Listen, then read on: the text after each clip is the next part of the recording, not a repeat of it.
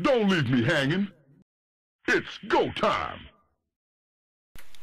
Hey everybody, this is Josh, and here we have a best of 3 series taken from the round of 16 of the StarCraft 2 All Stars Invitational, broadcast by GOM TV just about a week ago. And here we have the players. They are the Red Protoss here on the bottom of Lost Temple, former OGS, Tester. He is now on TSL, which is Team SCV Life.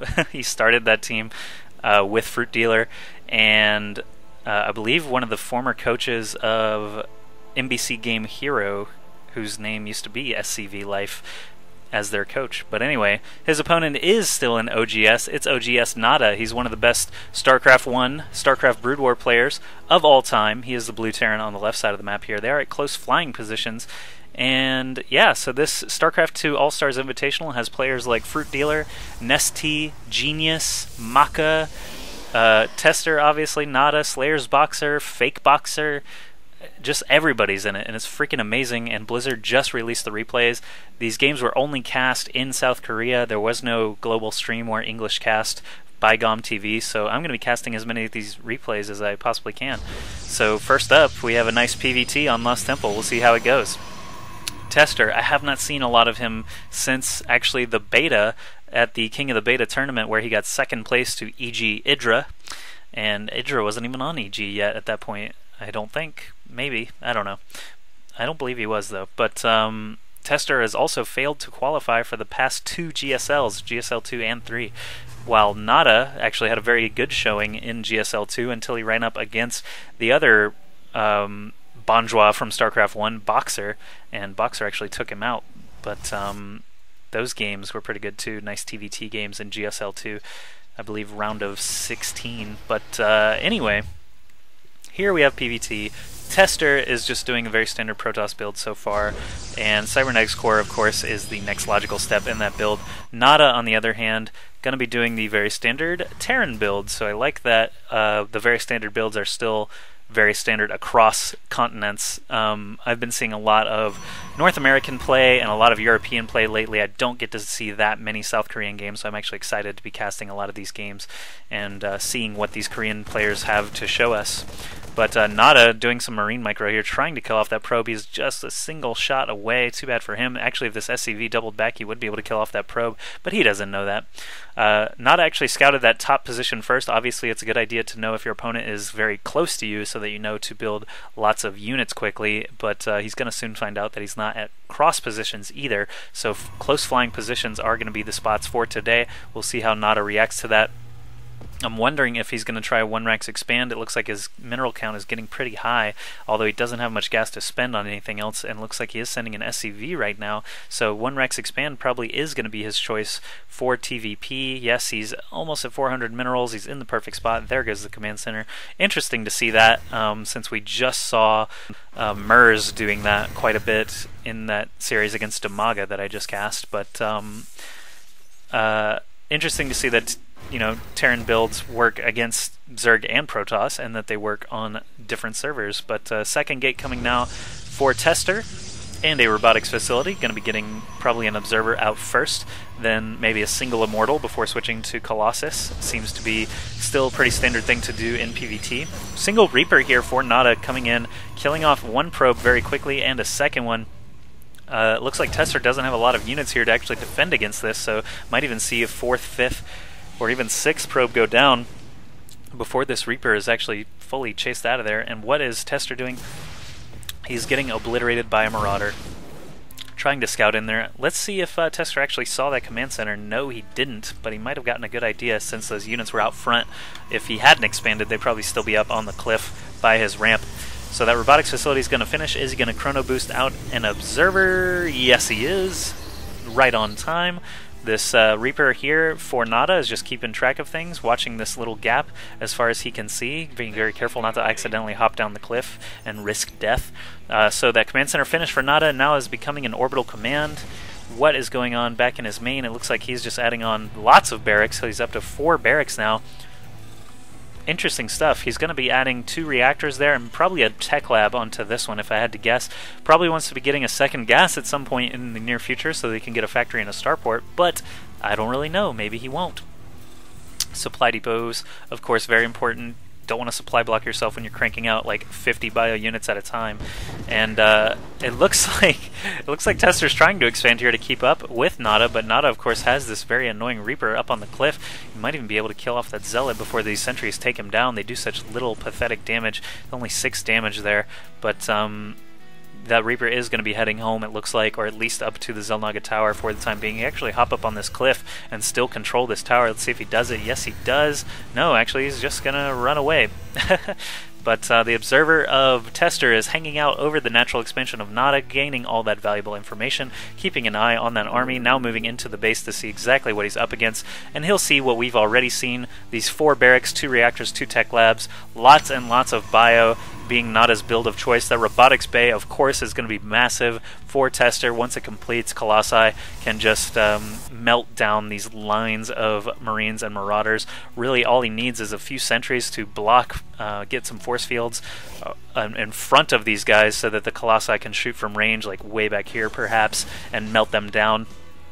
So as long as Tester keeps his unit composition right and makes enough Zealots and Sentries to complement his Colossi, I think he will actually do quite well against this giant bioball of NaDa. He has no support for it at all, no tanks, no medevacs. Very interesting to see, actually, such a low gas build.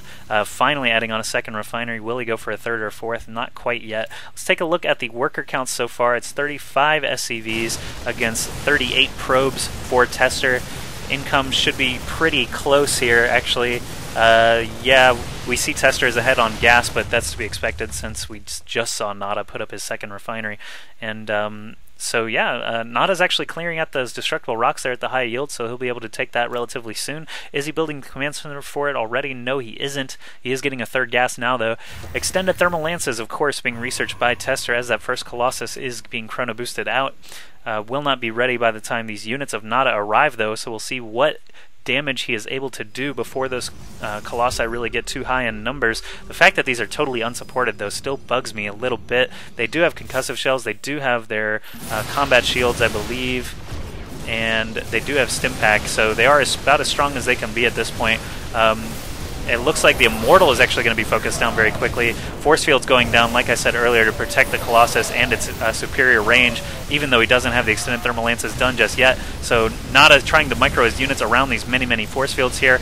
More Zealots warping in to try and take care of this. The Colossus doing splash damage. Probes being pulled to help surround the remaining bio units here, and this one Colossus with 8 kills. NaDa just did not have enough support for that force, and now is forced to back off into the middle of the map. So Tester doing a good job defending despite losing his standing army. He was able to keep that Colossus alive and actually stay alive in this game. If that Colossus has gone down, who knows what would have happened.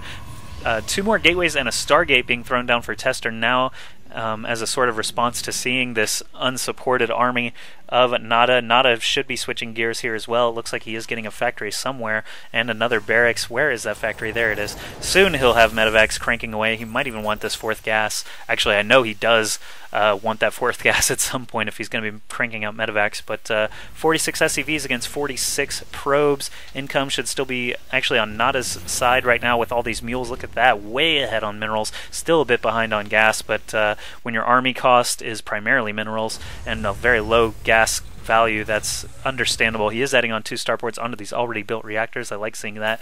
He's building 2 more tech labs here onto these barracks, so probably going for mass Marauder and medevac, and probably lots of Vikings to deal with those Colossi.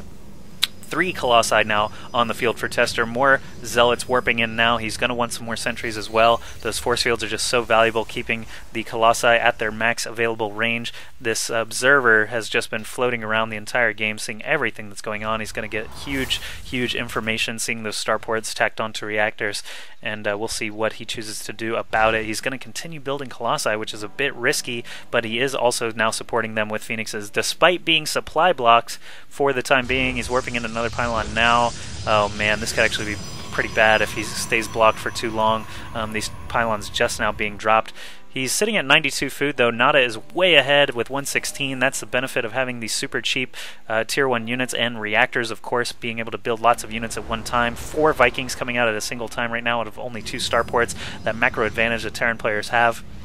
really shining with those reactors, and looks like Tester has gotten past his supply block woes for the time being. He might even want to throw down another pylon quickly. There it goes, just to stay ahead of that supply block. And he did get +1 weapons for his ground forces. I like to see that, although, wait, did he? What did he get? He didn't get weapons. What is going on? Does he have a second forge somewhere? There it is. Oh, okay. I didn't know he had 2 forges. This one is currently upgrading weapons, so it's only about halfway done. 2 more Phoenixes coming out, another Colossus coming out. What is NaDa doing, though? He should be cranking out Vikings still. Yes, he is, as well as lots and lots of Marauders for the time being. He's on 2 bases now, getting this high yield up and coming. I don't know if he's going to drop a planetary fortress there or an orbital command. Being at these very long positions, he might as well make it an orbital, unless he's really worried about Tester really plowing through. By the time he reaches this base, you know, if he does reach this base, he'll be at an overwhelming advantage, I think, anyway. So NaDa should probably go for the orbital command. We'll see in a moment. But this Reaper doing some scouting. It's the same Reaper from earlier that got those probe kills. I want to see what you're building here. Nothing yet. Command's still just a normal command center. Drops a scan first just to see if any units are going to be in his way. This pylon here, of course, is going to go down very quickly, as well as that probe. Actually, no, the pylon's not even down yet. He's fearing retaliation from Tester here. And he drops another forward scan, and what does he see out of it? He sees basically the standing army of Tester waiting for him. How many Colossi do we have here? 5 Colossi, quite a few Phoenixes, 7 Phoenixes, but with this many Vikings, it'll be hard to tell who will come out ahead. 8 Vikings there. If they can get through the Phoenixes very quickly, these Vikings will be almost uncontended, taking out these Colossi. Now 5 Stalkers being warped in, and 3 Sentries. I don't know if that's going to be enough for the kind of force fields Tester is going to want out of those. Sentries, air weapons level 1 coming in for Tester now to help bolster these Phoenixes. What was that? I don't know. It looked like a probe, I suppose, but went down very, very quickly there. NaDa prepping up for a big attack here, just right outside of Tester's natural. I like how all his units are spread out. Notice this. He knows that Tester has a lot of Colossi. He does not want to have all his Marines killed with just a single swipe of those lasers, so he is spreading out his units as best as he can, keeping all the Vikings clumped up to try and take out these units very quickly. They do bonus damage against armored. Colossi, of course, are armored units, so we'll see what he's able to do against this army here soon, I believe. We'll see. And Tester sending another probe here, just going to get absolutely slaughtered. Another probe over on the left. Let's take a look at the probe count, actually. It's 60 probes against